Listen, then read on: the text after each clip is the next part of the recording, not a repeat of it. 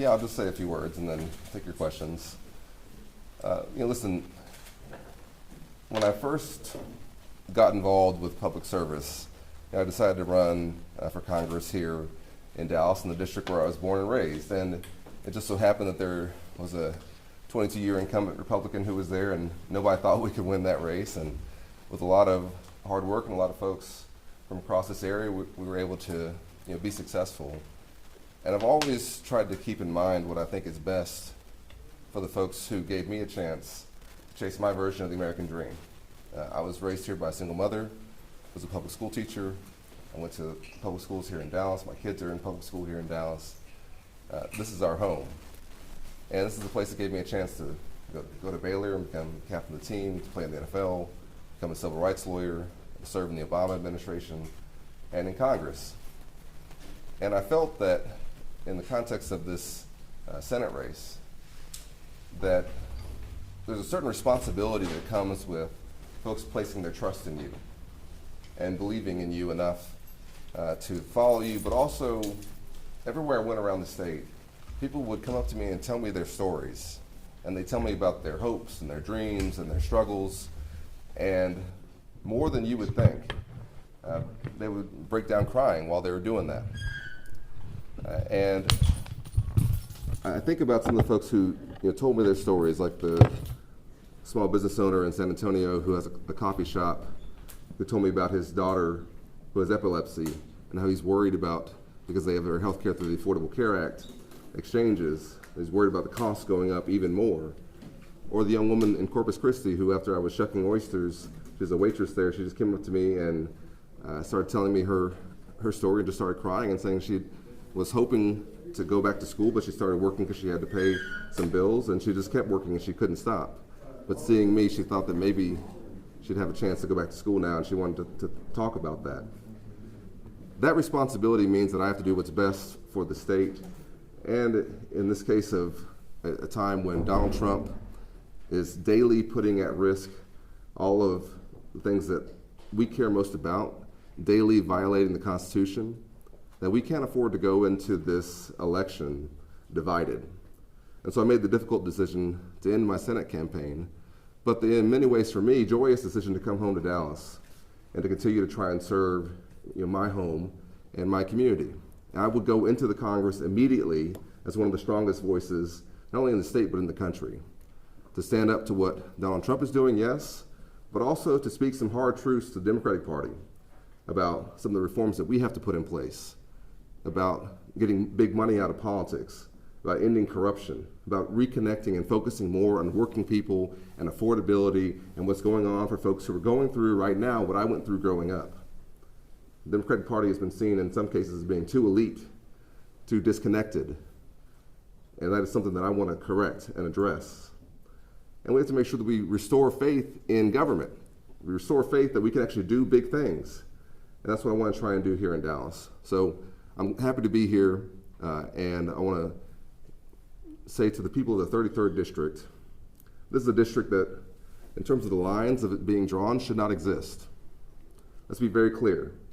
Donald Trump has attempted to racially gerrymander the state of Texas, and with the Supreme Court's help, he's been successful. In doing so, they've also eliminated a Democratic seat in Dallas, leaving us with less representation. That means that we have to have the best players on the field to actually go to Congress and to fight back. We'll have fewer voices there, but we can have stronger ones, and I will be that voice. And so to the folks of the 33rd District, which includes the place where I was born and raised, and where I saw my mom struggling growing up, and where so many of the events of my life have taken place that have allowed me to do what I've done, I want to say I'm asking humbly for your support and to be your representative in Congress. And with that, I'll take your questions. Congressman, I was curious as to how emotional was this decision for you and your family, and why run for the 32nd Congressional District? Why go back to Congress, and why not run for another statewide office? You've been traveling the state. This would be your second statewide visit. Yeah.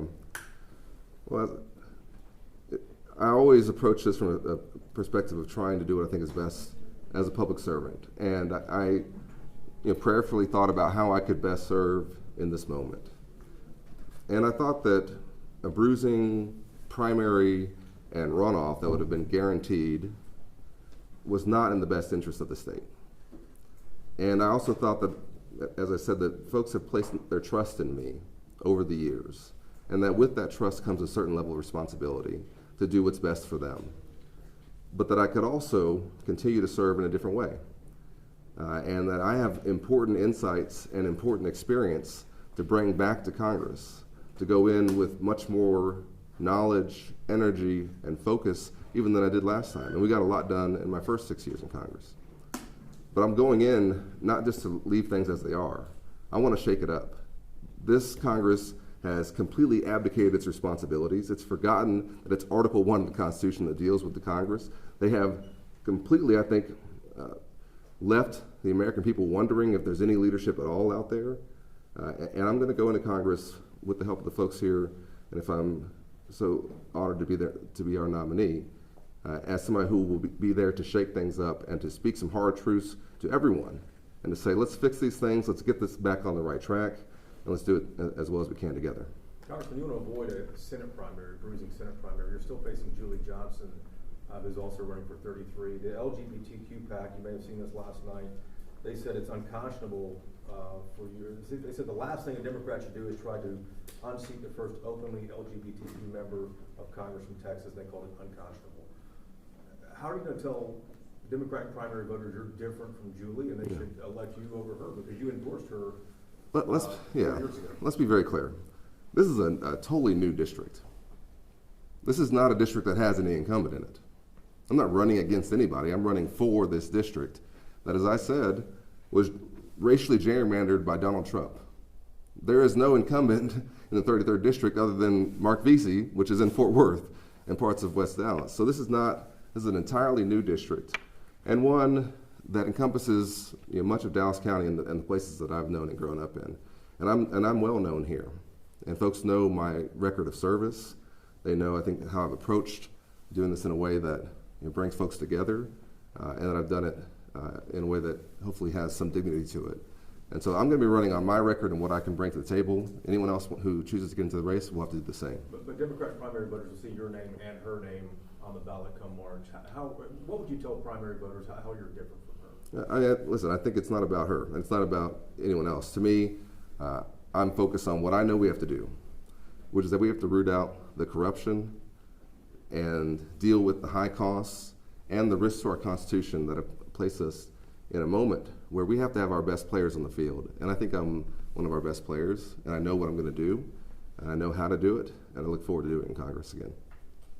Could you say, though, that you wanted to avoid a brutal Senate primary? You didn't think that was in the best interest of voters in the state, but why is a primary in the 33rd in the best interest of the voters? Well, the contexts are completely different. We're talking about trying to flip a Senate race statewide, in which I'm giving whoever the nominee will be an 80-something day head start by not having to be in a brutal primary and runoff, versus a newly drawn congressional district in which we'll just see what the outcome is, but it certainly is not. The stakes are very different, right? And so I made the decision to do what I thought was best for the state, but also what's best for the state is to have some of our best folks in Congress representing us. We will have fewer Democrats in Congress because of this redistricting. Those voices that will be there will have to then be stronger, and I will be one of those strong voices. I can represent Dallas, and we'll see what happens with these congressional districts. I'm still hoping that eventually this gerrymandered map will be overturned, and I think that overall in the long run, I'm hoping that we can ban gerrymandering like this in general to make sure we don't have to have some of these ridiculous districts like this. The fact that we're even having this conversation is a win for Donald Trump. We have time for 2 more questions. Congressman, how much of the polling played into this? The latest polls we saw from Houston, I think TSU did the latest polls for the Senate race, showed Congresswoman Crockett ahead of you, and I think you and Tallarico were close behind that. Was that the deciding factor here, or was something else the deciding factor? I mean, of course you have to look at it and wonder what the overall outcome would be. And I don't know what it would be. But I know what the result would be, which would be bruising and divisive, not only primary, but then runoff. And that, to me, would leave the eventual nominee with very little chance of being successful in November.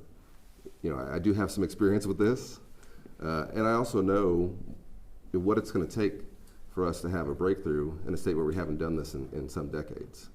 And I don't think it looks like, you know, coming out of a race like that. Will you get behind either Tallarico or Crockett if she announces this afternoon? Will you endorse one? I'll have more to say on that in the future. I'm focused on the 33rd district right now, but I'll say that, you know, Jasmine's a friend who I've worked with and, you know, known for some time, going back to before we were both in office. You know, to me, my focus is on making sure that folks here in Dallas know why I'm running to represent us in Congress, and I'll, you know, weigh in on some other races over time. What does your family have to say about you changing and running? Well, I think my boys are pretty excited about it. I told them I wasn't going to have to be away nearly as much. And, you know, I've got a 4 and a 6-year-old. My first born son, Jordan, he was born a month into my time in Congress. I was the first member of Congress to ever take paternity leave when I took some leave to go care for him and my wife. And then we had Cameron, our second son, a couple years later. And, you know, much of that time has been spent with me, you know, campaigning and you know, serving and, you know, having things like January 6th and, you know, threats on the House and all kinds of things going on. And in some ways, I'm hoping that this can also, you know, help in terms of stability there. But I've always approached campaigning and serving because I'm doing it for my boys. And I tell folks, you know, on the road this all the time, but I carry, you know, physical reminders of my boys with me.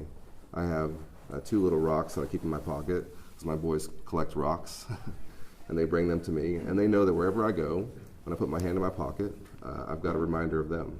And so, for me, this is all about family, especially for someone who didn't know their father growing up. It's incredibly important to me that I be a good father. But part of being a good father is also having a country where they can get by and where they can become what they want to become, and where I'm not handing off a divided country, one that is a shadow of itself. That's also part of being a good father, and so I see that as part of my role. There were talks also about when you were talking to Crockett. Have you talked to Julie Johnson about you switching to that race? Has there been like I said, discussions? Has there been a situation where it's like, yeah, I'm thinking about doing this. What's the thought? Because she woke up with this. Yeah, no, listen, folks are always free to reach out to me, and certainly Jasmine did, but I make my own decisions about what I'm going to do. And this was not certainly about Jasmine in the Senate primary or about anyone else in the congressional. And I'm doing what I think is best for the state and for Dallas. And, you know, listen, again, to be clear, part of why we're having this conversation is that Donald Trump and the Supreme Court effectively gerrymandered the state, reducing the number of congressional districts that we had. I expanded us to having 3 congressional districts for Democrats here in North Texas by flipping a seat, right? That's now been taken away. And so we're having this conversation in part because of what they were successful in doing. But because of that, I think we have to have some of our strongest voices going back to Congress and saying that we're going to fight this out, and we're going to try and get back to where we were in terms of our representation for North Texas. All right. Thank you, guys. Really appreciate it. Thank you. Thank you. All right.